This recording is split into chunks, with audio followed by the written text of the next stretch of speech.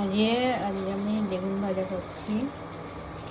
বেগুন ভাজা, ডাল আর ভাত, আমি দুপুরের লাঞ্চ। তো বেগুন ভাজি লাঞ্চের জন্য তো আছে। একটা বেগুন কিনে এনেছিলাম বাজার থেকে, 30 টাকা নিয়েছে, বেশি বড় না, মিডিয়াম সাইজের। বেগুন ভাজা হবে। তেল দিয়েছিলাম, তো বেগুনে একটু তেল বেশি লাগে, সব তেল অ্যাবজর্ব করে নিয়েছে, তাই আবার তেল দিলাম। বেগুন ভাজা ভাত খেতে পছন্দ করো অবশ্যই কমেন্ট করে জানাবেন। আমার তো বেগুন ভাজা ভাত খেতে খুবই ভালো লাগে। হ্যাঁ, বেগুন ভাজাগুলো হয়ে গেছে, এবার এটাকে তুলে নিয়ে